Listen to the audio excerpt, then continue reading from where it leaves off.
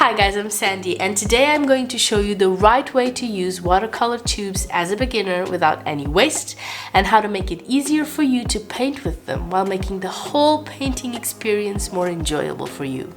I'm sharing my ultimate tip for zero waste and maximum effect. It's something pro artists do as well, so you know it's gonna be good. Let me show you. Okay, let's talk about the paint ratio issue with watercolor tubes and the fact that for the most part you can't just use the paint straight out of the tube, okay? You need to be able to add water, and that means you will always need a palette of some sort to mix the paint with the water. Here you have it, this tube of creamy wet paint, and it's tempting to just use it or to just push that nozzle to the palette and let that paint flow out. But that is such a waste of paint. Let me put it like this, whatever amount you think you need, cut it in half or even less. Now this becomes an even bigger waste if you're mixing paints.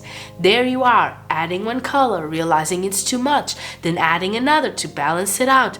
Darn it, it's too much again. Maybe you can balance it by adding just a teeny tiny bit of the first one, and before you know it, you have half of your tubes emptied out on that well and you haven't even begun to paint. And then comes the water. You know, it's watercolors. You want transparency, but the paint is so creamy that before you know it, you are adding too much paint, then balancing with water, back and forth. Ugh, it's exhausting just thinking about it. Just bring me a freaking pan. But the thing with pans is they're expensive, and in the long run, a tube will get you a lot more paint. Also, when you finish a pan, you either have to buy another or refill it with paint from, you guessed it, a tube. And that's kind of the whole point I'm trying to get at, because the way you can use watercolor tubes, enjoy all there is good about it without all the added stress, is to pour them into pans. Or deep wells on a palette, really. Any place that will hold the paint to dry. If you pour your tubes into pans or wells, you are essentially getting the best out of both worlds. It is cheaper than buying pans, the paints are creamier, and some never really dry, which I personally love. You know, that sticky consistency, it's just perfect. Also, because they dry on the pan, there are no worries about not closing the lid properly and having it ruined by drying in the tube. And once they're dried, you can just activate them and use them pretty much like you would a pan.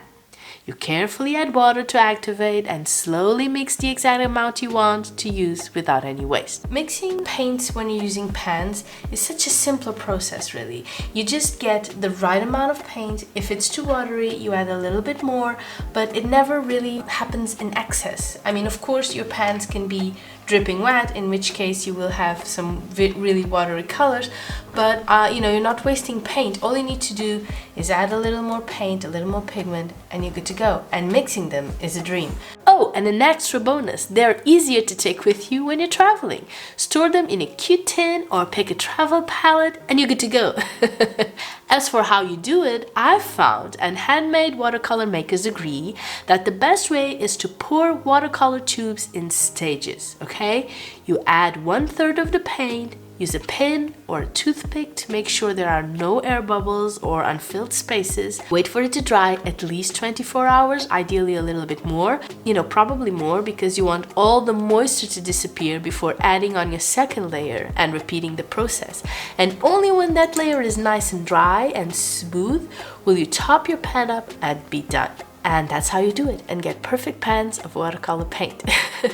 Okay guys, so this is my final layer. It's been well over a week, I think. I really took my time with this one. Like I said, I just added 1/3, then waited, I think it was 3 days, but it has been raining around here, so I really didn't want to take my chances. Then I added another layer, did the exact same process, you know, with my pen, making sure to remove all the air bubbles, making sure to fill up all the spaces, and then here we are with our last layer, and they're looking really cute. They're looking a little bit store-bought, which I think is a good thing, and yeah, I think these will look great once they are dried.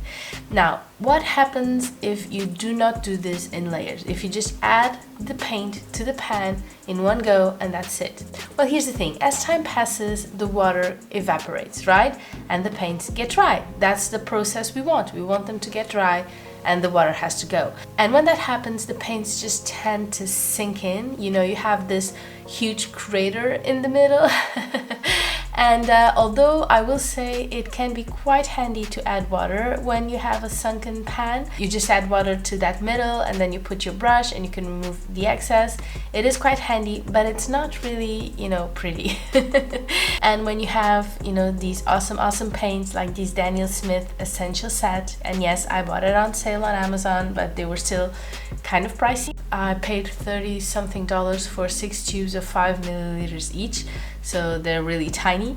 And I guess when you have, you know, such a big brand, you want to be able to honor it. You know, you want to be able to have paints that look good. You don't want air bubbles, you don't want your pans to look like crap, you want them smooth, right? Like professional, good quality paints should. Now, I do not advise you to dry them, you know, with a heater or put them in the sun. That may just ruin your paint, and all this effort was for nothing. Okay, now how to store them. So, you know, for me, pans need to be stored in metal cases. I've never stored it in like a plastic one, or, you know, any cute box you have lying around, but for me it is a metal case and I don't want them moving around. These are pretty tiny pans, so I have this trick. I just get a magnetic adhesive roll.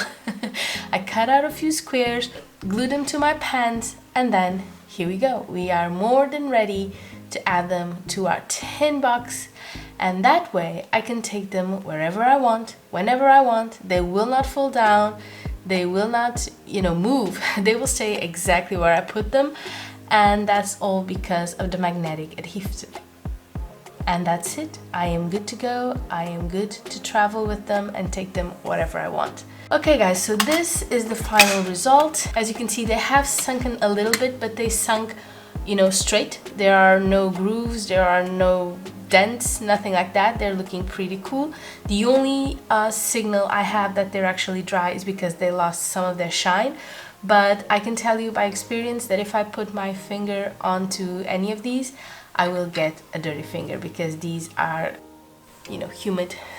They never really dry 100%, but I find that good quality paint never does. My Schminke Horadam don't either, so this is a good sign. But anyway, what I'm going to do now before we're done is I am going to wet these pans and then show you just how easy it is to activate them and to use them when they are not in their tubes, and how much more practical it is to actually put them into pans. It is by far the #1 tip I have for you regarding tubes. You know, this little tube right here will fill like 3 of these or more. I will get a lot of painting out of these, let me tell you. And that's it guys, my easy tip for you. I hope it helps. Thank you for doing this with me, and I will see you soon. Bye bye.